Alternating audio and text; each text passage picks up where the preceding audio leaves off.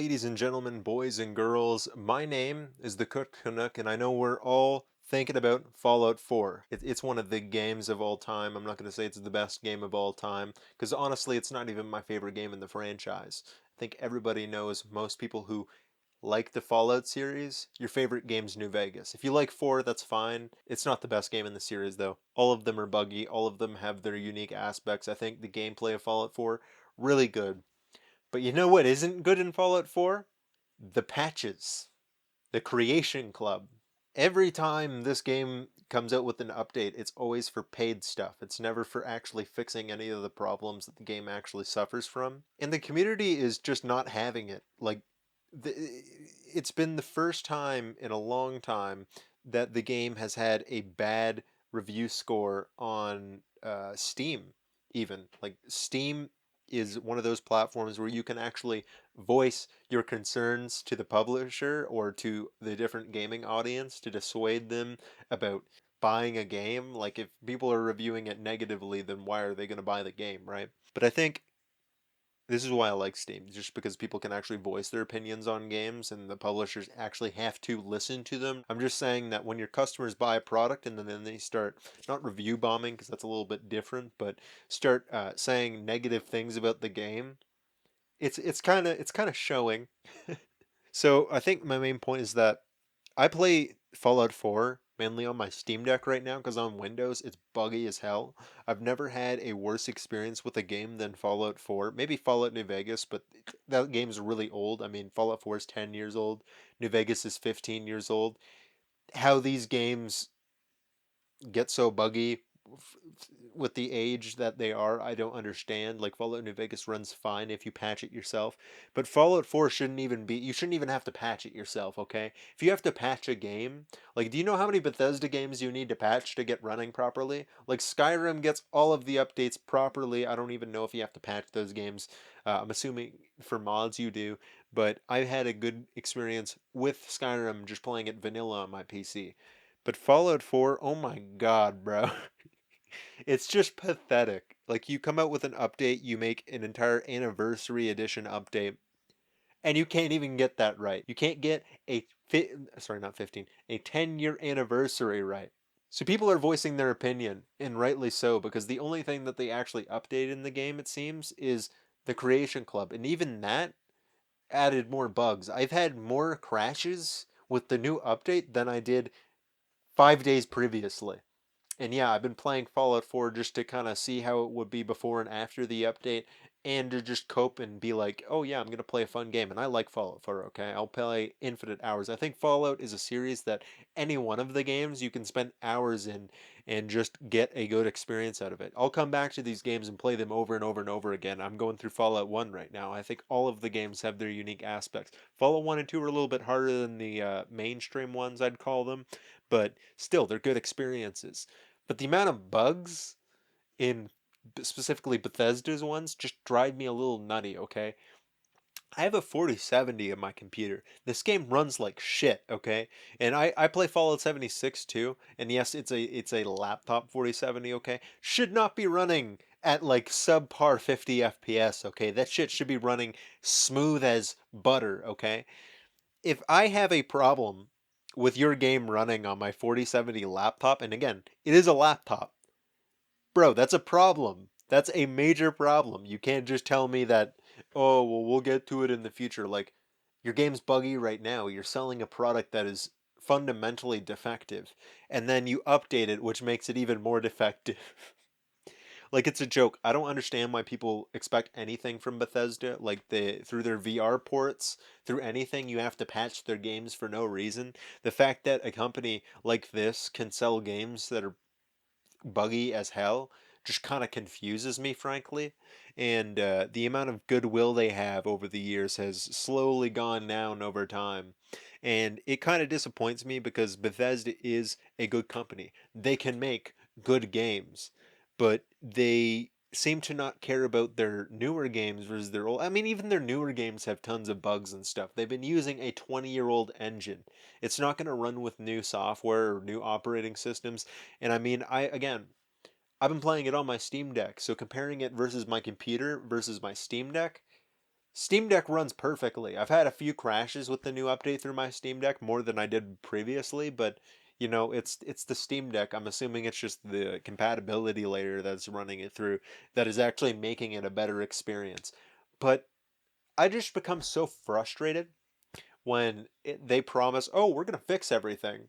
We're going to do everything for you. We're going to do this. We're going to do that." Bro, you might as well be a politician in my eyes, okay? I don't believe you for a second. Bethesda, since Fallout 76, I haven't given Bethesda any more money, okay? I can't. I can't reasonably think of a reason to give them money because every time I've given them money, they've spat in my face, okay? And this isn't just like me being dramatic or whatever. I'm assuming a lot of people think this too, and I think the goodwill of Bethesda is slowly withering away to a point where they might become uncoverable. Like the fact that you can release Starfield in the way that it was, and it's like they promised so many things. Like you literally promised more than what No Man's Sky did, and you delivered pretty much less than what they did as a AAA company. That should just you should just be ashamed. And I'm assuming they were like just lining their pockets with as much money as possible.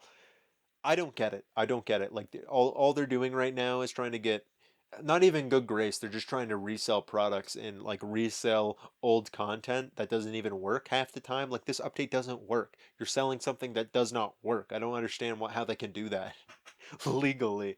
Okay, if there was any company you could take to court, Bethesda would be fucking on the top 10 list. Okay. Like the amount of consume like blatant practices they've done against the consumer that is in a negative sense just kind of irks me in a certain way, and it makes me kind of ashamed to even like their products. Okay, I mean the amount of times they just like even the like they're re-releasing New Vegas on PC, which doesn't even need a re-release. You could just I don't understand any of the decisions that they make, okay? It just makes no sense to me. The fact that, again, they can do this to anybody, frankly, is appalling. And I've tried replaying Fallout 76 recently, and they haven't, like, it's an okay game, okay? It's not a good Fallout game. It's like Fallout. I didn't even think Fallout 4 was necessarily a good Fallout game. It is a good game, but it tries to take the labels of certain things in the actual series that are a little bit different, and it kind of oversaturates it and with quite literally with the color but also the style of the game to a certain extent. That's what the first games were, but it had an entirely different style.